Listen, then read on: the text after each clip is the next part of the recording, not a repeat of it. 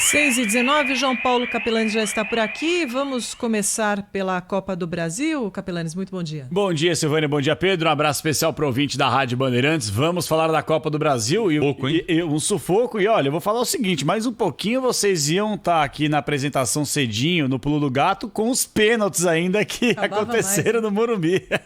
Pois é, porque tivemos 20 penalidades, incríveis 10-9. E aí o São Paulo avançou, é o primeiro time já garantido nas quartas de final da competição. São Paulo que vencia por 2-0, até de forma tranquila, mas aí vacilou, um gol marcado pelo David, e aí nos últimos minutos o Roger Carvalho fez de cabeça, e aí aquela situação. O time do São Paulo buscou a todo instante se segurar no final do jogo, muitas críticas em cima do técnico Fernando Diniz, que mexeu mal na opinião de muita gente, mas o São Paulo fez o que tinha que fazer. Se classificou, e aí foi a primeira vez que Rogério Ceni, na história do estádio do Morumbi, lamentou uma classificação do tricolor rumo à próxima fase, ele que é o comandante do Fortaleza. Então, temos aí o São Paulo, primeira equipe garantida nas quartas de final da competição nacional, competição essa que paga muito e não paga pouco não, paga demais, aproximadamente 75 milhões de reais para o vencedor dessa edição da Copa do Brasil. E o São Paulo está em busca do título inédito, né? Nunca venceu a Copa do Brasil, tem esse fator também, né? Tem esse fator também que pesa uma barbaridade, vale ressaltar que o time do São Paulo, há alguns anos, não tinha essa situação de disputar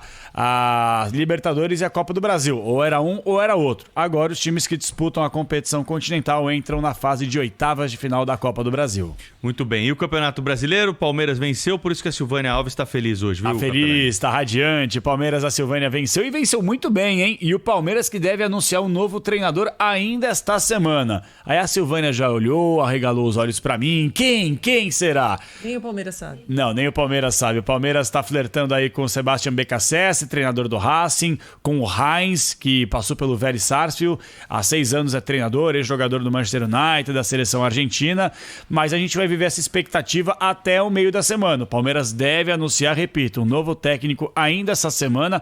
Eles querem um nome gringo, um nome importado, não querem o mercado interno. Aí a Silvânia já torceu um pouco o nariz, porque temos alguns nomes interessantes, né, Sil? Temos, né? Mas vamos ver, né? Vamos aguardar, mas de fato a gente vai certamente informar aqui no microfone Bandeirantes. Então, só para que a gente possa passar a rodada completa, o Fluminense fez 3-1 no Santos, jogando no estádio do Maracanã. O Atlético Goianiense perdeu justamente pro Verdão 3-0, um gol do Wesley e 2 do Luiz Adriano.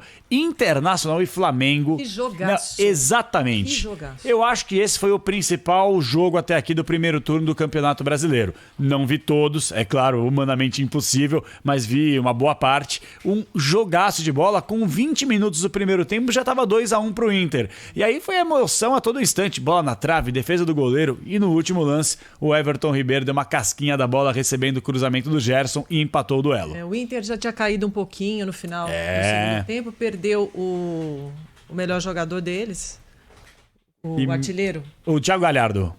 Isso mesmo, entrou exatamente. O Potker, mas não foi tão bem. Não. E aí o Inter caiu um pouquinho, o suficiente para o Flamengo aproveitar. Exatamente. Aí então Internacional e Flamengo empataram por 2-2. Teve muita confusão no vestiário também. Os dois treinadores se ameaçando, depois se cumprimentaram.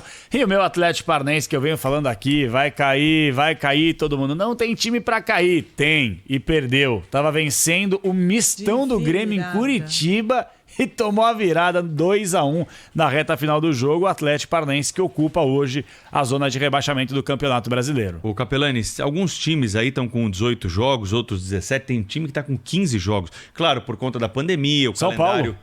São Paulo, né? O calendário foi todo adaptado, né? Há alguma preocupação em relação a isso?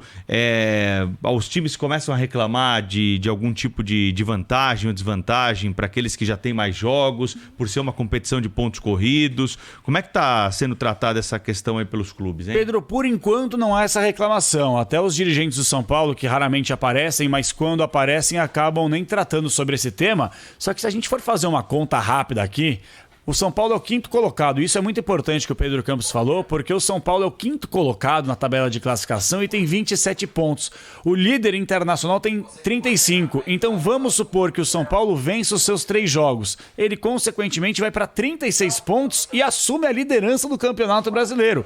E isso, até numa questão psicológica, influencia uma barbaridade. Mas é o que dá para fazer. O calendário do futebol brasileiro, sul-americano e mundial tá dessa maneira justamente por causa da pandemia. Jogos um atrás do outro, pois várias competições, na Europa também. Exatamente. Né? Bom para nós, né? Ver que times favoritos em seus campeonatos na Europa não estão numa boa colocação. Exato. Vamos dar um exemplo aqui. O Paris Saint-Germain. A Inglaterra, exatamente. O Everton, que perdeu, tomou 3-0 no último final de semana. Acho que ainda era o líder, exatamente. Então, e tomou 3-0 do Southampton. Assisti essa partida inteira e me chamou a atenção justamente. É difícil a gente falar, né, Sil? Porque os jogadores, por mais que alguns já estejam numa condição física mais adequada, mas ficaram aí numa paralisação inédita. 4 meses, mais de 4 meses sem futebol. É claro que os jogadores ainda estão buscando o melhor ritmo. E aí vários times disputando o final ainda da Champions League, que agora já recomeçou, e esses outros times tiveram um período de preparação, que esses grandes times não tiveram. E se tá ruim esse ano, imagina o que vai acontecer temporada que vem, porque o Campeonato Brasileiro vai até o dia 24 de fevereiro. E aí terminou o Brasileirão, já começa Paulistão, Brasileirão, Libertadores em meio à temporada. Quer dizer, um prato cheio pra gente, né? É isso. João Paulo Capelanes volta ao longo da programação aqui da Rádio Bandeirantes. Valeu, Capê. Bom trabalho pra você. Pra todos nós, bom dia, boa semana.